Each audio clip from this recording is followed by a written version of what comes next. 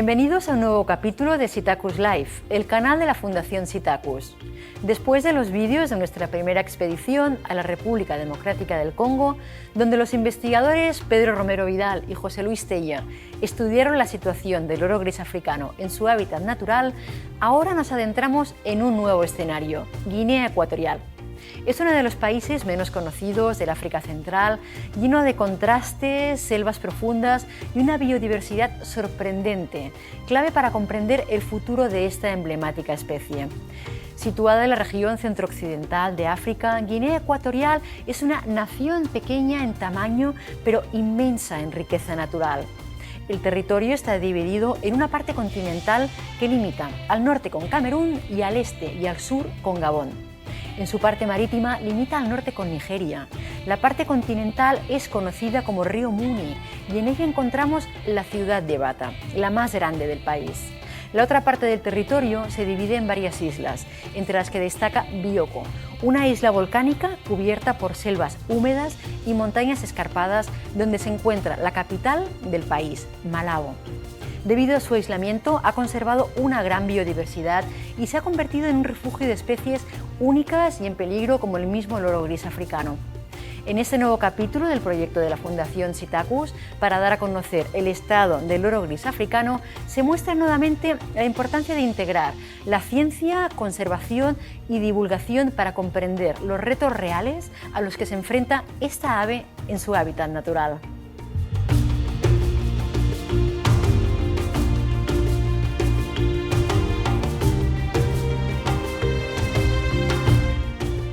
Bueno, esta vez hemos ido a Guinea Ecuatorial, que es un país que está en África Central, pero en la parte oeste, y es un país muy pequeño, que para hacerse una idea es incluso más pequeño que Galicia, más o menos del tamaño de Galicia, y que se encuentra entre Camerún y Gabón. Y está compuesto por una parte en el continente, que es lo que antiguamente se conocía como Río Muni, y la isla de Bioko, que es donde está la capital, en Malabo, la isla de Nanobón y un pequeño archipiélago de islas, que está más cerca de Gabón. Y este país tiene una particularidad, además, que es que ha sido colonia española, por lo tanto se habla español, y eso facilita mucho las cosas para comunicarse con la gente de allí, pero que es un país que no está nada abierto al turismo, entonces es complicado moverse para trabajar allí. Y en este caso teníamos una ventaja, que es que tenemos un colaborador en la estación biológica de Doñana, que se llama Javier Juste, que trabaja con otro tipo de especies, sobre todo de murciélagos, y que nos ha ayudado pues, a entrar en contacto con las organizaciones que trabajan allí a nivel medioambiental y conseguir pues, papeles para poder movernos por todo el país y poder hacer los muestreos. Buenas, pues aquí estamos en Río Campo, en el puesto que tiene aquí Indefort, que es la entidad responsable para la conservación de la biodiversidad aquí en Guinea Ecuatorial. Hemos llegado hace 5 días. Hemos llegado primero a Malabo, que es la capital y está en la isla de Bioko. Prácticamente no hemos estado nada allí, simplemente para hacer gestiones y conseguir los permisos para poder movernos por el país sin problemas, para poder llegar a todas las reservas y a todos los sitios que tenemos que ir. Y después hemos cogido un avión, un vuelo interno hasta Bata, que ya está en la región continental, que simplemente también hemos estado pillando todo el material que necesitábamos, machetes, comida, para venirnos ya empezar la expedición aquí en la región continental. Y ayer ha sido el primer día que hemos tenido trabajo de campo. Estamos de momento bastante sorprendidos porque en pocos días hemos visto más loros de los que hemos visto en toda República Democrática del Congo. Creo que ayer censamos cerca de 50 en esta zona. Hoy por la mañana también hemos contado bastantes. Hemos encontrado dormideros y lo que parece es que aquí están bastante mejor conservados. No reciben tanta presión por captura como en República Democrática del Congo. Haciendo encuestas con la gente también nos da la misma sensación. Nos dicen que hay menos que antes, pero que no los cogen actualmente y puede ser que eso haya hecho que las poblaciones se recuperen más. Veremos a ver al final del viaje, porque también ahora mismo estamos en una zona que es reserva natural. Ayer, trabajando por la tarde, pudimos incluso ver sendas de elefantes de bosque de hace un día, a lo mejor, o sea que eso es muy buena señal. Y las sensaciones que tenemos por ahora son muy buenas, que aquí hay bastante más loro de lo que hay en toda la parte del este de República Democrática del Congo. Sí que vemos que aquí también se caza, hay caza para comer, pero parece que la presión sobre los loros es mucho más baja y además, por lo que nos han dicho, no se los comen, a diferencia de en el Congo. Así que esperamos que sigamos viendo bastantes más y que podamos sacar pues, vídeos alimentándose, comiendo y todo eso. Así que de momento eso es un poco lo que os podemos contar.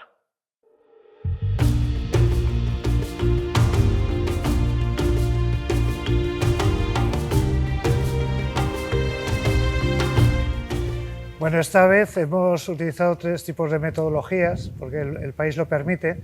Por una parte, como en otras ocasiones, hemos realizado transetos caminando por la selva, por pequeños senderos, las vías de acceso que haya abiertas, de forma que vamos caminando y anotando todas las veces que detectamos los loros por vista o por oído y apuntando el número de individuos.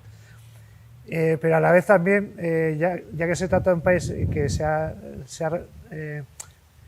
han construido una red de carreteras y de vías de transporte bastante amplia recientemente, hemos podido utilizar esta metodología, pero también desde vehículo, como hemos hecho en otros países, pero que con loro gris era difícil porque normalmente estamos en selvas muy cerradas. Pues en este caso también hemos podido hacer recorridos desde vehículo con todo terreno, de la misma manera apuntando al número de individuos observados o escuchados. Y también un tercer método que es puntos de observación, de forma que durante un tiempo determinado estamos en un sitio atentos a todo lo que podamos observar en ese momento. Bueno, pues aquí estamos, ahora estamos haciendo censos a pie, porque hacemos varios tipos de censos, al igual que en el Congo, si se puede por río en piragua, en vehículo, coche o a pie. Y ahora mismo estamos haciendo censos a pie por una trocha antigua de madereros, que ya está un poco deteriorada, pero todavía se puede pasar con el coche. El coche nos ha dejado al final, como unos 12 kilómetros, y ahora vamos a intentar llegar hasta la carretera principal, caminando por una especie de mezcla entre bosque secundario, pero ya tenemos ahí el bosque primario muy cerca. Y este tipo de pistas nos vienen muy bien, porque podemos caminar, pues eso, 12, incluso 15, 20 kilómetros fácil, sin necesidad de estar macheteando por la selva, que se pierde mucho tiempo y aparte es bastante incómodo por los bichos, las hormigas y todo eso. Entonces por aquí puedes caminar bastante cómodo, con buenas zonas de visión. Por ejemplo, si están los loros alimentándose en un árbol se ven muy bien, se pueden grabar bien con la cámara. Entonces son muy cómodas y estamos intentando aquí en Guinea, que por suerte hay bastantes pistas de estas, pues hacer las que podemos caminando. Así que vamos a seguir hasta que anochezca censando por esta zona. En otros países no es posible comparar estas 3 metodologías y aquí las hemos podido comparar de forma simultánea. Hemos realizado más de 300 kilómetros caminando mediante transetos sistemáticos para contar loros. Hemos realizado casi 2000 desde vehículo y docenas de puntos de observación, y nos ha permitido comprobar por primera vez que las 3 metodologías son comparables, de forma que podemos combinar la información y extender estas metodologías a otros lugares de distribución del loro donde sea necesario luego muestrarlos.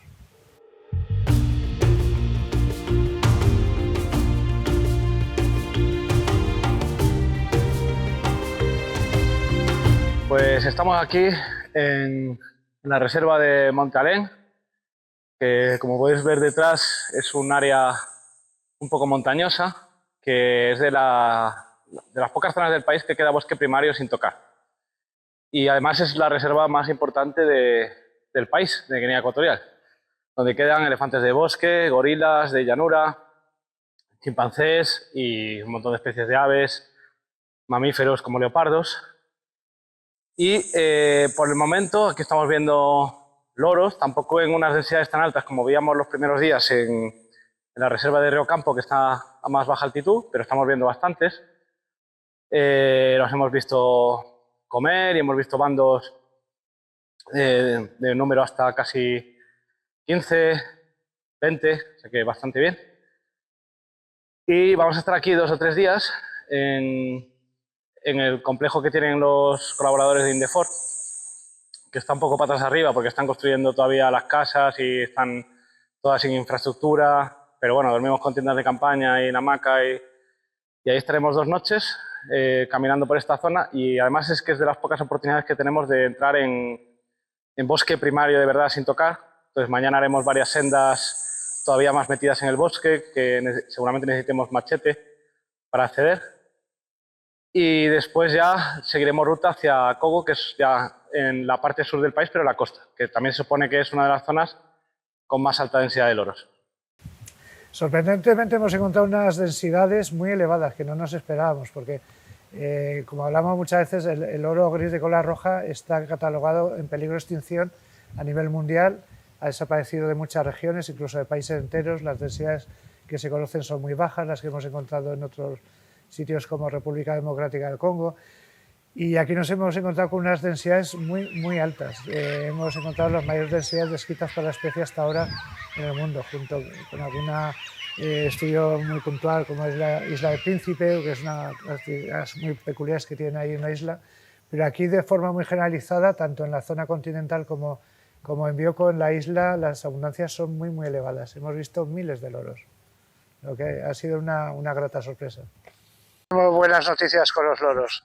Conseguimos hacer unas estimas de los 2 dormideros que nos dieron a conocer la gente local de la zona. Nos repartimos entre las 2 zonas en 2 equipos y nos llevamos una grata sorpresa. Vimos cientos de loros. Es difícil cuantificarlos bien porque se repartían entre muchas palmeras, muchos árboles del entorno, y además entraban a dormir ya prácticamente de noche, 5 minutos antes de que oscurecía por completo. Pero aún así, más o menos entre los 4 o 5 personas que nos habíamos dividido, conseguimos estimar al menos en torno a unos 400 en uno de los dormideros y en torno a un mínimo de 300 en otro, pero ahí era más difícil porque había que cruzar un río para acceder a la zona donde se pueden observar ya de noche, y ahí puede que nos quedamos muy cortos. Era un mínimo de 300, pero podía ser prácticamente el doble, y sí, muy probablemente. De esta manera, vamos, es tremendo. Sería probablemente uno de los mayores dormideros conocidos para la especie en toda África, si no el mayor, porque hasta ahora creo que recordar que el mayor que se conocía era en torno a 400 loros durmiendo juntos en un dormidero de Nigeria. Así que estupendo esto que hemos encontrado con los nuevos dormideros. Y luego ayer en otra zona también vimos unas agrupaciones al atardecer que pueden indicar que hay otro dormidero también cerca, y por aquí andamos a ver si los encontramos, este nuevo grupo.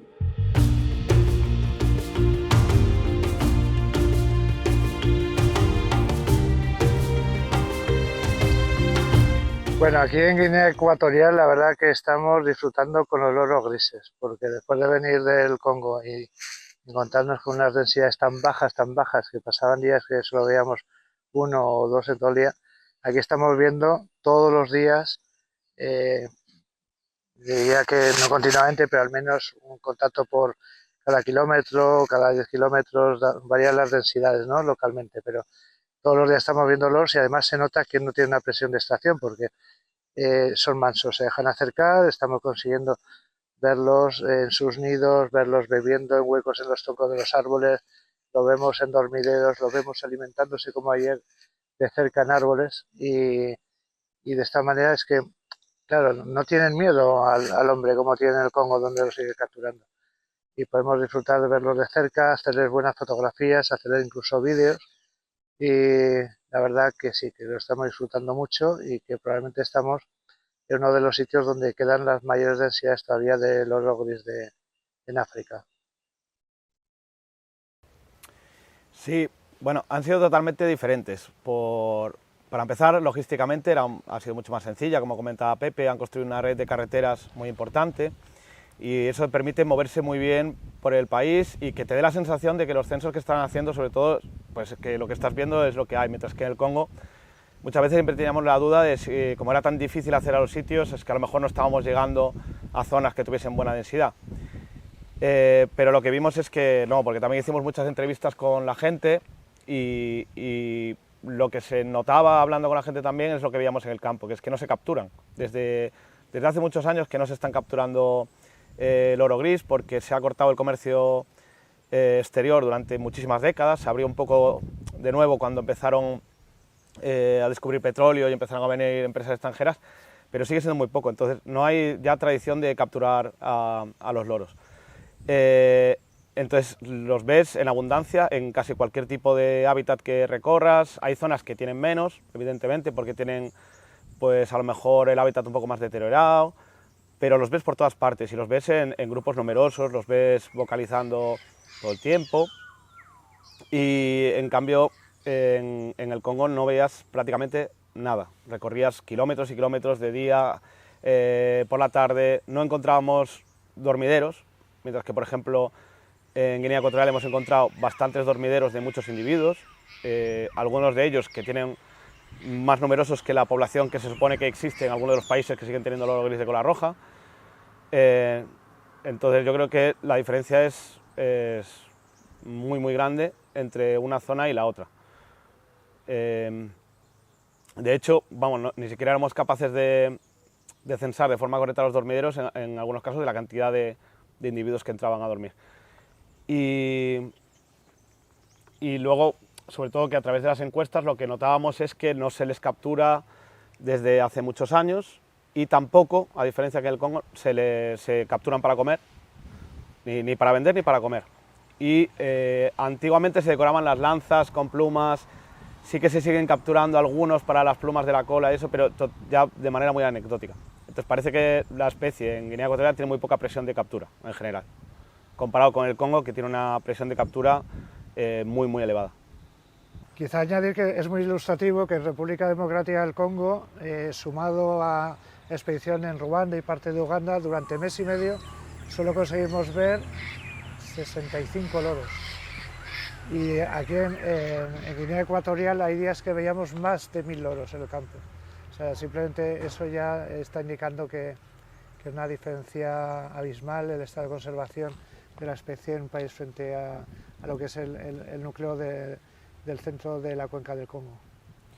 Sí, bueno, y también pues encontrábamos nidos, algo que no fuimos capaces de encontrar en el Congo, encontrábamos dormideros, que ya lo comentaba, encontrábamos individuos posados alimentándose con total tranquilidad, cosa que prácticamente no fuimos capaces de observar en ningún momento en República Democrática del Congo. Así que sí, la diferencia muy grande.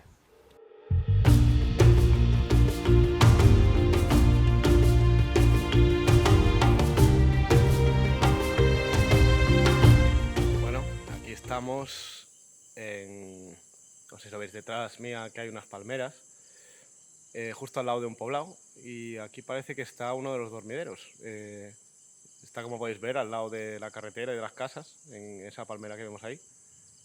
Y por lo que nos decía la gente de aquí, que pues este puede tener en torno a unos 100, y al lado hay otro que según ellos tenía más de 200, y los capturan aquí en el dormidero, les ponen diferentes tipos de trampas, pegamento, ligas y otra trampa que no hemos sido capaces de entender muy bien cómo funciona. O sea que sí capturan, pero dicen que a demanda, es decir, cuando viene aquí la gente preguntando por los loros, no se los llevan a la ciudad ni nada de eso.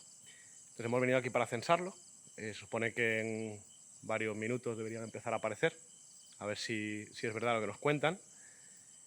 Y nada, también nos han ofrecido que si queríamos nos pillaban unos por la noche. Ya les hemos dicho que no, que muchas gracias, que solo queríamos verlos, a ver si somos capaces de censar el dormidero y vemos si coinciden los números con lo que nos dicen. Pues es una cosa que ya pensábamos en República Democrática del Congo, porque lo hemos visto otras veces en otros sitios con especies que están presentes en un país y en otro. Por ejemplo, en Papúa Nueva Guinea, comparado con Australia, había especies que son las mismas, que están en los dos sitios, y en unas son muy esquivas y las ves volando muy lejos, parece que vocalizan mucho menos, mientras que en Australia pues las veías muy cerca, y eso lo relacionábamos un poco con la captura que tenían, porque en Papúa también cazan mucho. Y en República Democrática del Congo lo pensamos, decíamos, que no vemos ningún loro vocalizando, no somos capaces de ver un loro posado cerca, y lo atribuíamos al miedo. Y lo que hemos podido ver en Guinea Ecuatorial es que sí es así, porque en Guinea Ecuatorial están vocalizando constantemente. Pasan volando muy cerca de la gente, por encima de las cabezas, por encima de la cabeza donde estás en ese momento. Se posan en un árbol justo al lado a comer en el medio del poblado. no se asustan si pasas. Si vas debajo del árbol a ver qué están comiendo, siguen comiendo y, vamos, tirándote frutos en la cabeza, no se molestan en absoluto.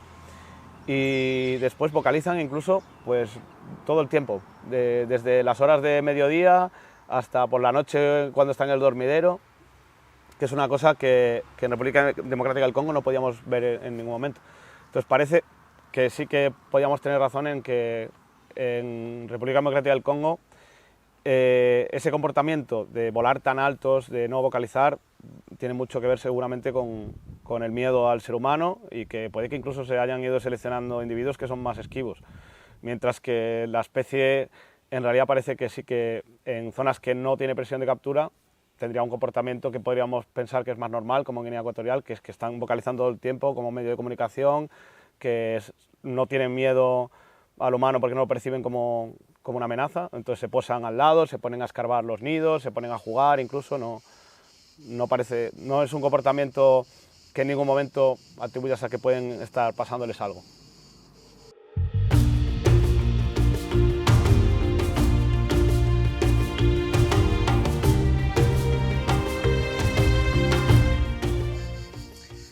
En Guinea Ecuatorial hemos encontrado, por una parte sigue habiendo mucha caza de animales salvajes para alimentarse la gente, la población humana, mucha caza de mamíferos, de monos, de pangolines, varanos, cocodrilos, alguna ave, una forma muy parecida a lo que hemos visto en República Democrática del Congo, pero la gran diferencia es que en Guinea Ecuatorial no capturan loros apenas.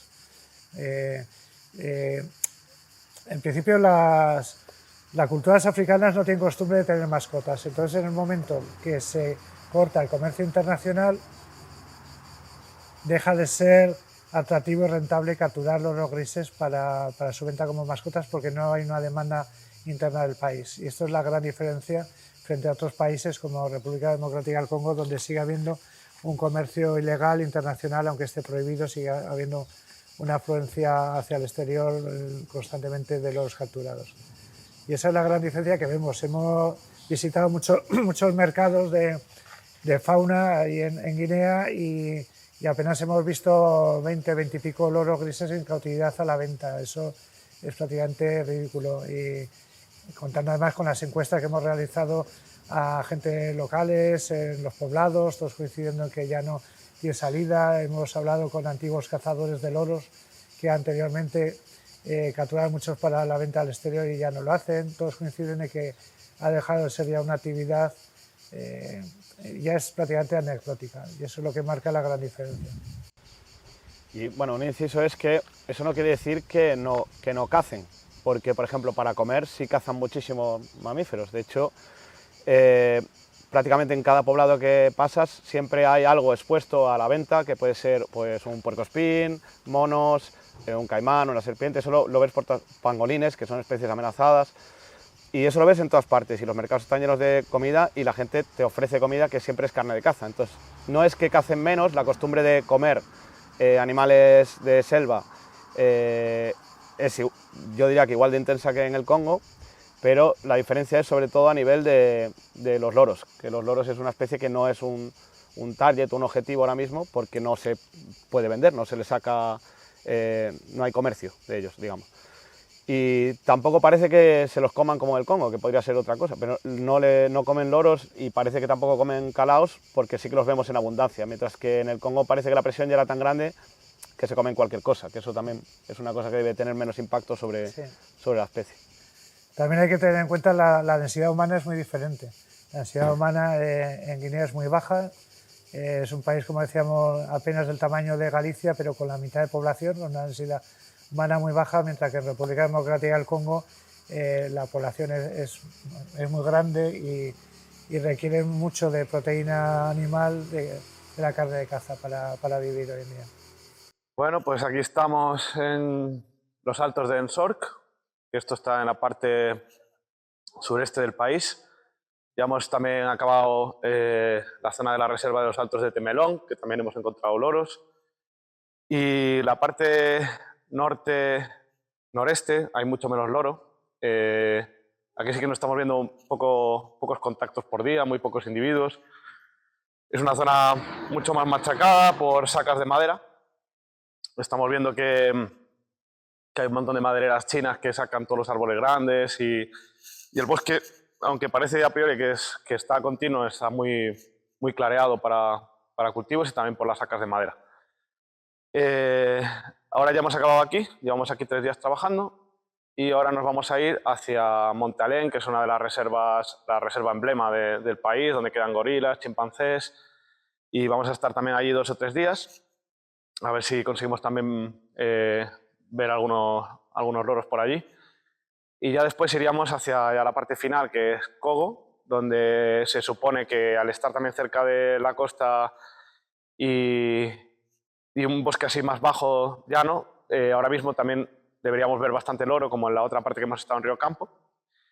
Y en Monte Alén la verdad es que no lo sabemos, por lo que nos comentaban igual un poco más como esto, pero veremos a ver estos días.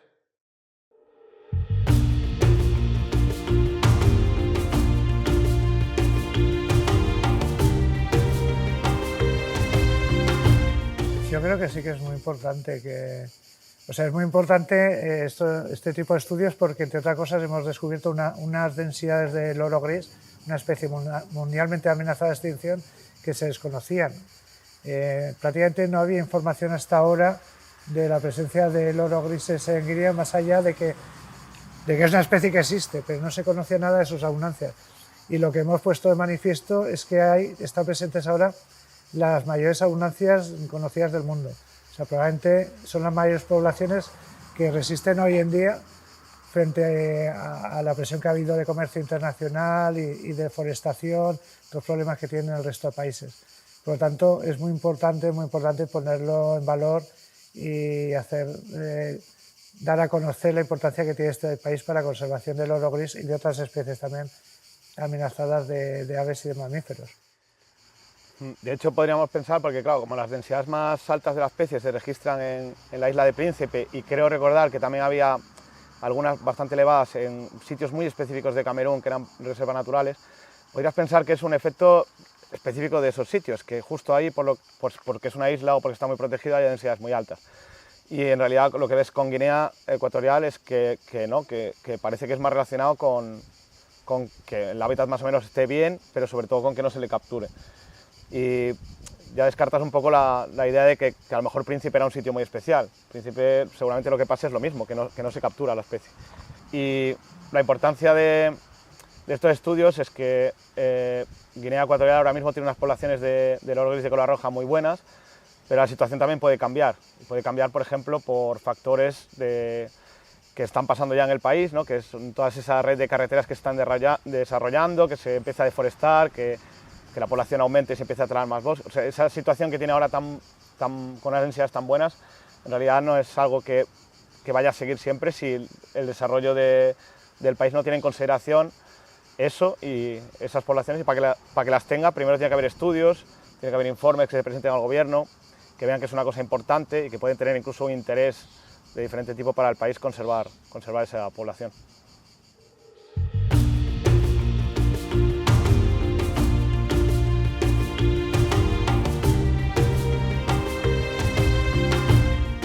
Probablemente es el lugar del mundo ahora más importante, el país del mundo más importante para la conservación del loro gris de cola roja.